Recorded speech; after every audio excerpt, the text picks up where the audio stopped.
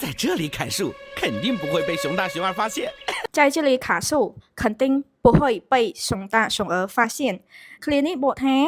កាត់ឈើនៅទីនេះឬមួយក៏កាត់ឈើនៅកន្លែងនេះគឺមិនធ្វើឲ្យខ្លាឃ្មុំទាំងពីរមានប្រតិកម្មនោះទេ不会吧不会吧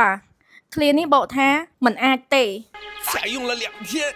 又坏了ឆាយយ៉ងលើលៀងធានយោហួយលកន្លែងឃ្លានេះបកថាតើបតែប្រើបាន2ថ្ងៃឥឡូវខូចទៀតហើយ不管了ពូគួនលឃ្លានេះបកថាលែងខ្វល់ហើយ拿到钱再说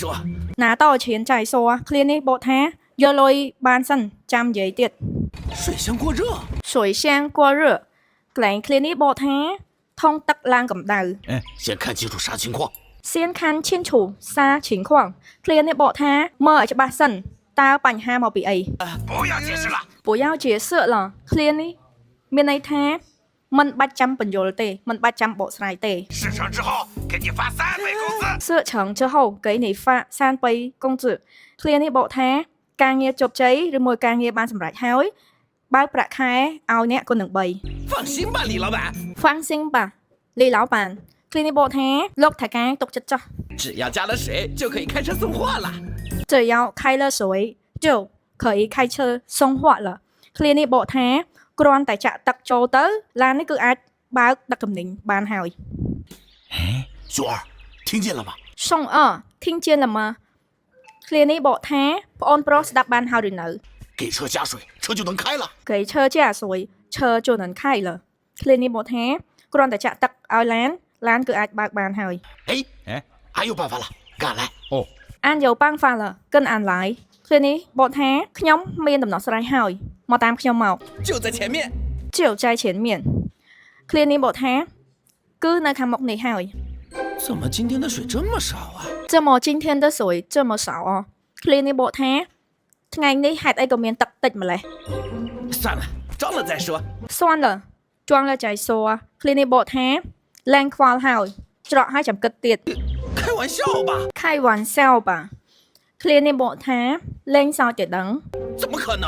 这么可能ឃ្លានេះបកថាមិនអាចទេ俺们这样做不太好吧俺们这样做不太好吧ឃ្លានេះបកថាពួកយើងធ្វើបែបនេះមិនសូវល្អទេដឹង放心吧放心吧ឃ្លានេះបកថាទុកចិត្តចោះ